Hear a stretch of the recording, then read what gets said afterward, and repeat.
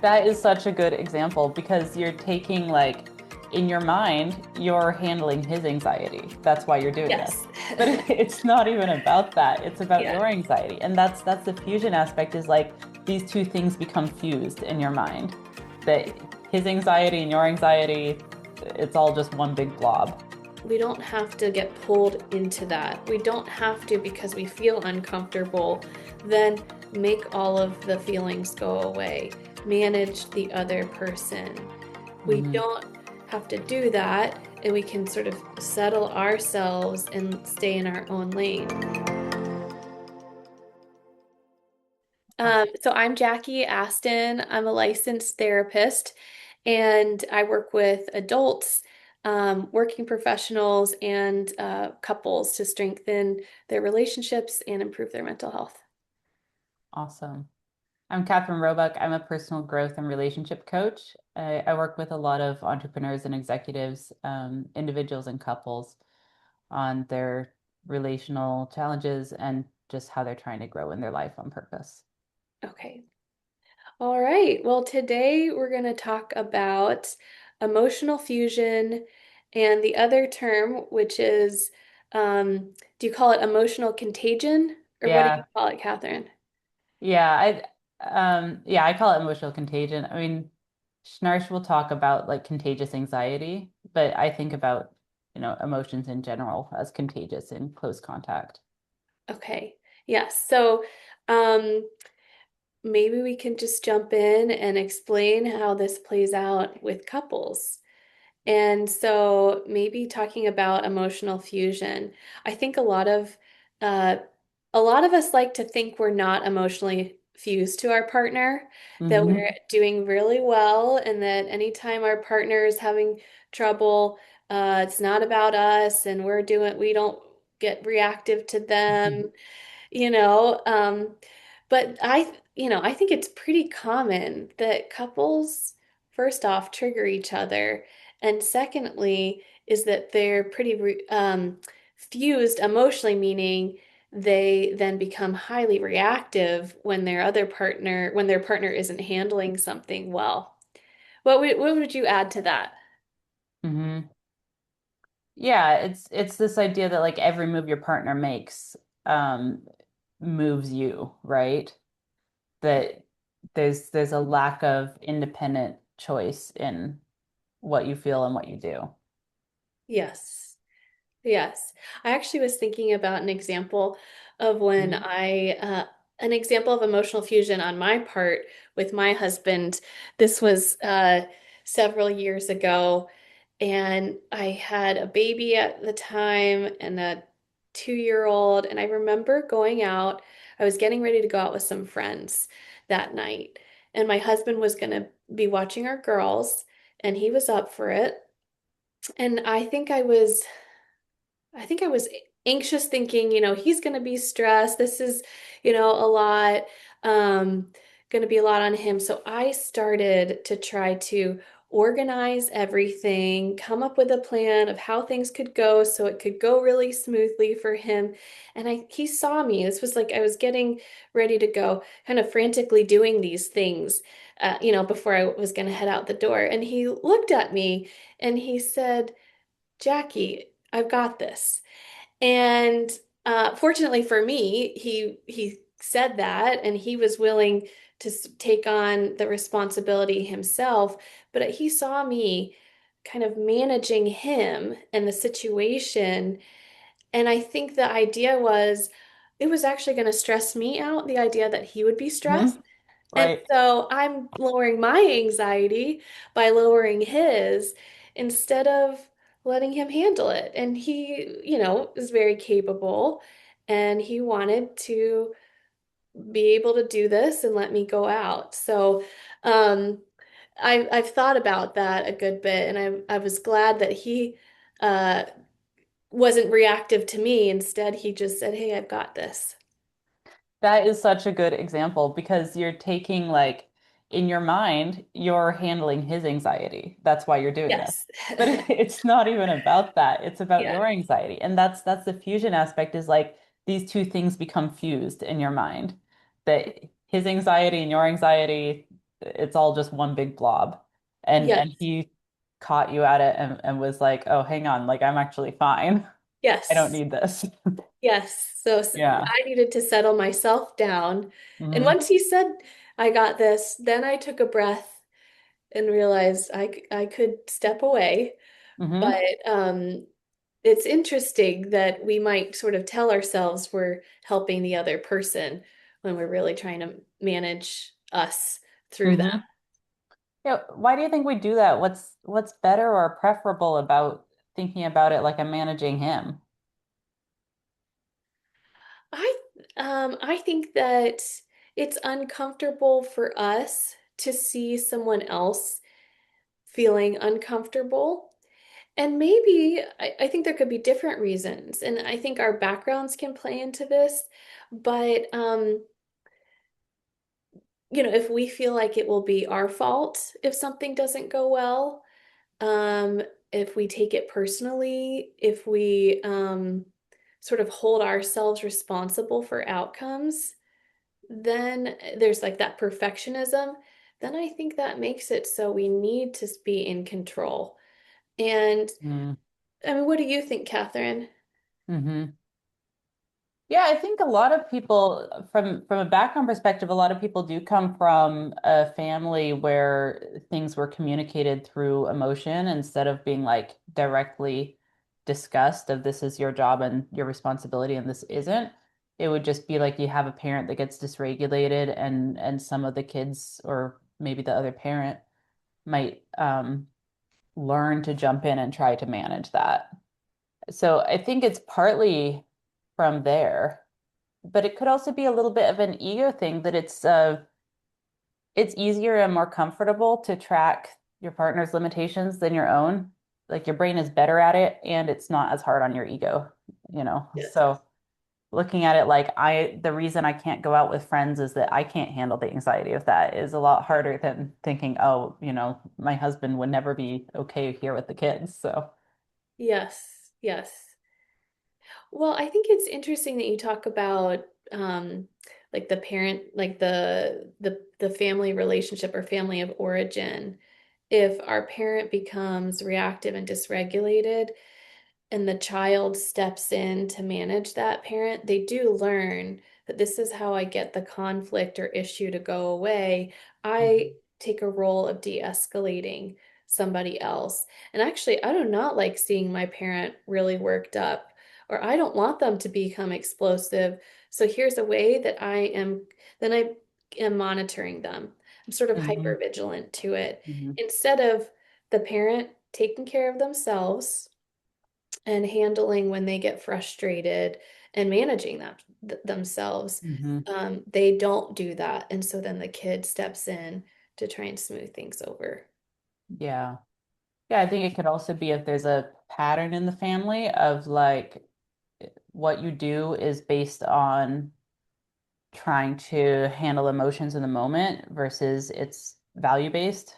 And so if a parent doesn't have consistent rules for what you should and shouldn't do, but you're always just trying to keep them from getting upset at you, and there's a kind of a lack of structure and value-based decision making in the home. I think that can really prime somebody to Mhm, be super sensitive and responsive to other people's moods in a way that is actually not helpful long term. mhm, mhm, mhm. Maybe you see this, I know you see this with your couples, but one person tells their side of the story, in an argument they had or a conflict, and the other partner does not agree with it. And they might become really agitated, in the session of, how could you say that about me? That's not true. And they just, come down, they lay into their partner about it. That I see as emotional fusion, whether or Mhm. not the person who's telling the story is accurate, the other Mhm. person is so highly reactive that they handle it in that kind of way of, let me shut this down or make you feel badly for saying this because I can't handle what you are saying and doing right now in a good way. Hmm. What's a good way to handle that if someone Oh, is you're super asking me the mature? hard questions. Oh, it's so easy, really. Yeah. Well, I would say, can you be okay with your partner saying something that not okay, but can you handle well being seen in a negative light or being portrayed in a negative light? Because you know that you were honest and you were fair, and then you can, instead of punishing them for it and becoming so reactive to it, settle yourself and address what they're doing, which is, you know, making you look bad and maybe being dishonest, but in a way that's not, I'm going to punish you. I mean, what are Hmm. you thinking about that? How that looks? Hmm. Well, yeah, I think there's two reasons someone could get reactive there, and one of them is what you're laying out that you actually feel pretty clean about what you did. And but another possibility is you really don't feel clean about what you did, and it's really intense to have your partner bring it up in a way that's kind of Yes. piling on. Yes. Um, so I think a lot of this is just getting a clear sense of who you really are and how you function, being able to tolerate a more nuanced view that has some of your limitations in it. And then you could, if it's the second scenario where you actually also have a problem with what you did, it's just really hard to have your partner talk about it in the way they're doing it because they're really doing it in like a shaming way or something. Um, if you're pretty solid in yourself, you might be able to say that, say like, I know I didn't handle that well, and I'm willing to talk about it. It would really help me if you know, you'd be a little gentler about how you approach it or something, you know. And I think there's room to own some of your limitations and say, I'm really, even though I see your point, I'm really struggling with the way you're making it. Hmm. Yes. So I think saying I'm not okay to keep talking the way we're talking right now, Yeah. but I can come back and talk about it once I've settled down, because I think it can set either partner off. If you're the one who's being attacked, you're not needing your partner just to calm down. You're probably needing yourself to calm down as well. Yeah. Yeah. Yeah, and that's kind of the core thing about this emotional fusion, right? Is that it's neither side is calm, neither side is well regulated. Yes. Um, the unfortunate part is, especially when a person in the relationship is actually being portrayed quite negatively and it's not accurate, that if they're so emotionally fused and highly reactive, that then they look like the crazy one, you Yeah. know? And so Yeah. now their partner, who's just done something nasty by, saying something dishonest about them, making them look bad, they look calm, cool, and collected, and the other person is on fire, and they aren't, it's hard to really deal with what's going on in that moment because the other person is so worked up and now they look crazy. Hmm. Yeah. Yeah. Um, I had a client I was talking to earlier this week that there was a situation like that where his partner was saying something about him that was getting him super worked up. I talked to him about how his reactivity was taking off the table the best tool he had for handling what was happening, like his ability to think clearly, because he's very intelligent and he's analytical and but when he's getting super reactive, he's actually losing access to those skills. Yes. So I I think if you're going to deal with emotional fusion, it's like tolerating more reality, which includes my partner might say really unfair, embarrassing, hurtful, shaming things about me to me. And my best option for handling this is to know how to regulate myself. and Uh, not rely on my partner to regulate me. Because if I can calm myself down, then I do stand a chance of handling this effectively. yes, yes. I usually see that that's easier for us as parents to calm ourselves down when our child is having a tantrum or acting out, which is still challenging, than it is when our partner is doing something we don't like. We can kind of see, wait, I need to hold on to myself and keep my cool if this isn't gonna go downhill and get worse Mhm. for me and my kid. But we have a harder time, I think, with our partner.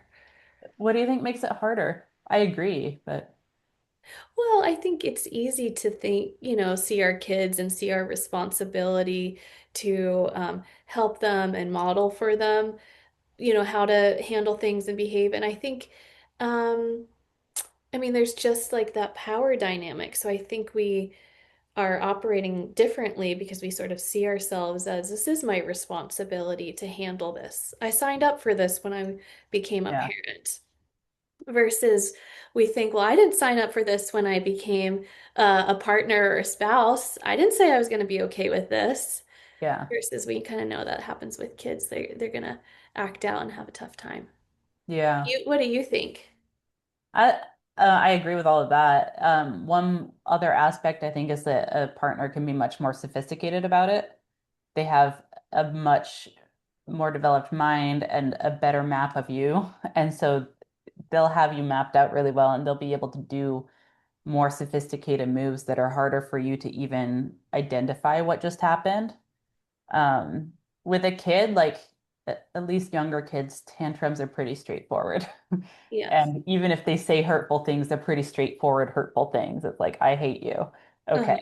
But your partner is saying, you did this terrible thing, and they're saying it in front of somebody else, or, it's just harder for you.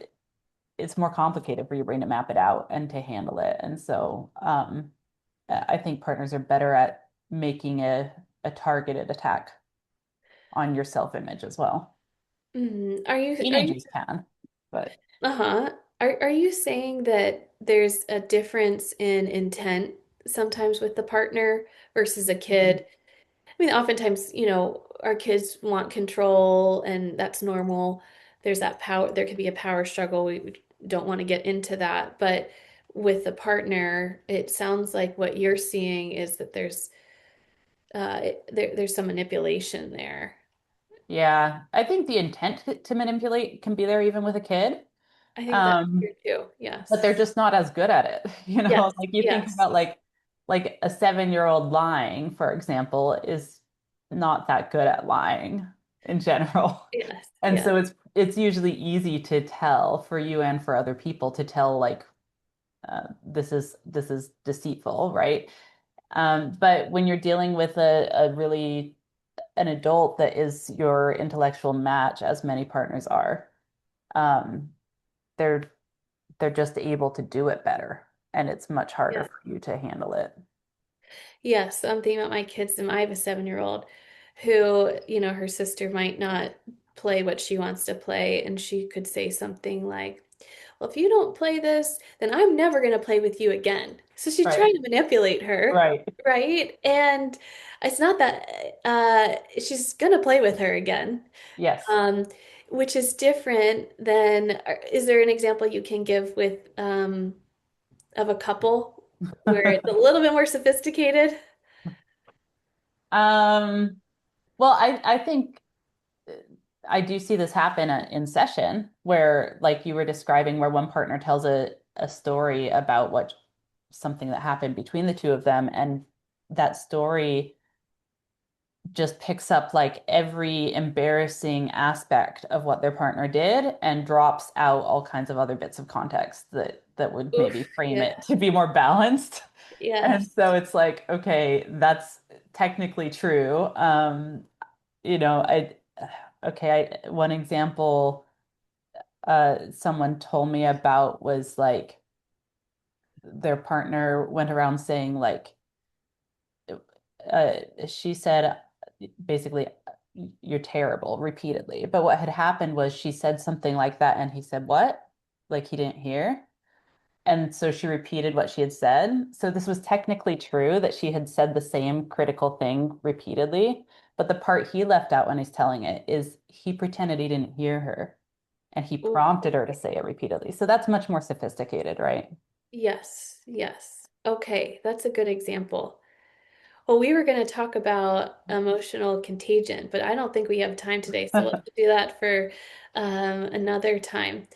But I Yeah. think the thought I have about all of this is I think it's normal for us to um, first off, we're going to pick up on each other's emotions in our relationships, and it's normal to want to make that go away and that discomfort to go away.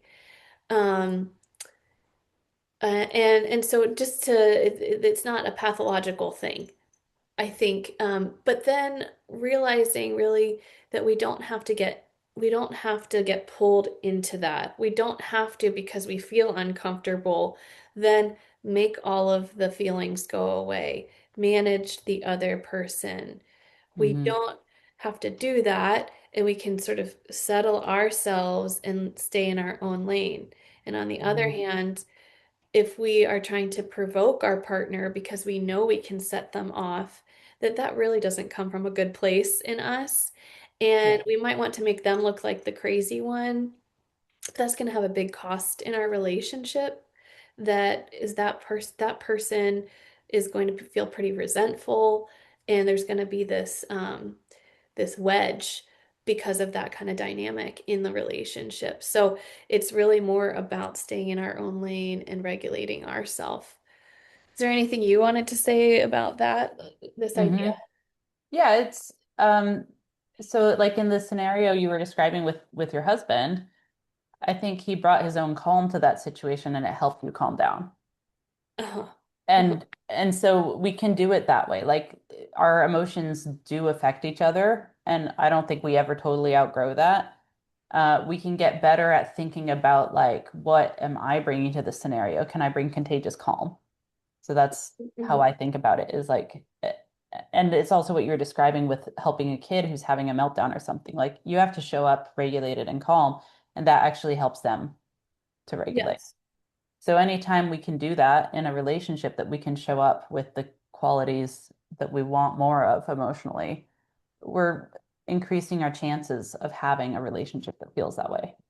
Yes. Yes. And I was glad my husband didn't say, oh, well, Jackie thinks I'm incapable and she doesn't Yeah. trust me. I'm not a good father. He didn't go there. Yeah, he could have picked up He your didn't anxiety Yeah, and and he didn't take that personally. avoided it. So Yeah. I think that's a good point is we don't have to match our partner, become reactive to them. We can bring our own calm to it. And that can Mhm. shift, what happens next. Right. Yes. Yeah. Well, thank you to our listeners for joining us. Feel free to share this with someone else that you feel like could benefit. And we look forward to having you join our next podcast.